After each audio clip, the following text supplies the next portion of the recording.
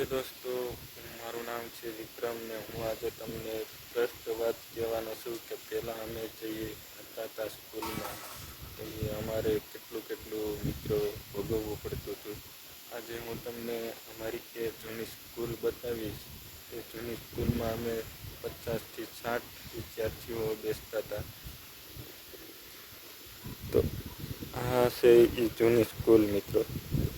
આ સ્કૂલમાં અમે 50 થી 60 વિદ્યાર્થીઓ બેસતા હતા અને ભણતા હતા. એમાં અમારે વચમાં એક સાહેબ હોતા હતા. એ સાહેબ અમને 50 થી 60 બાળકોને ભણાવતા હતા. એ લગભગ હું વાત કરું ને તો 15 વર્ષ પહેલાં અમે આ સ્કૂલમાં ભણતા હતા. ખાલી એક સ્કૂલ હતી. હવે આ નવી સ્કૂલ બની છે.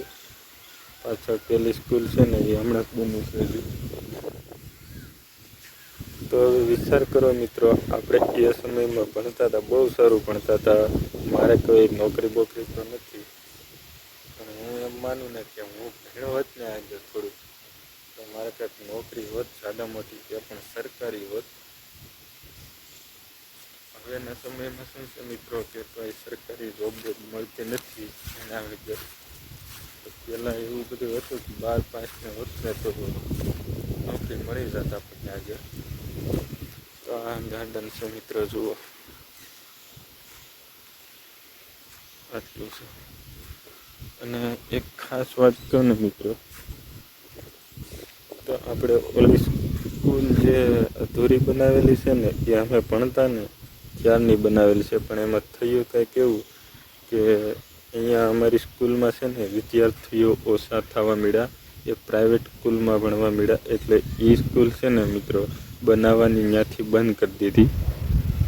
એટલી બની ગઈ હતી. વિદ્યાર્થીઓ 60-70 વિદ્યાર્થીઓ હતા ને એમાંથી 35-40 વિદ્યાર્થીઓ તૂટી ગયા હતા.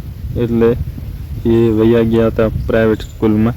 જે પૈસાવાળા હતા ને એ મિત્રો પ્રાઇવેટ સ્કૂલમાં વયા ગયા. એટલે અમારે પછી એની સ્કૂલમાં ભણવું પડ્યું.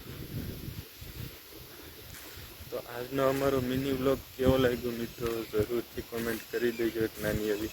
અને ચેનલમાં પહેલી વાર હોય ને મિત્રો તો અમારી નાની એવી ચેનલને સબસ્ક્રાઈબ કરવાનું ભૂલતા નહીં અને વિડીયોને લાઈક કરી દેજો. મળીશું આગલા વિડીયોમાં. ત્યાં સુધી જય માતાજી.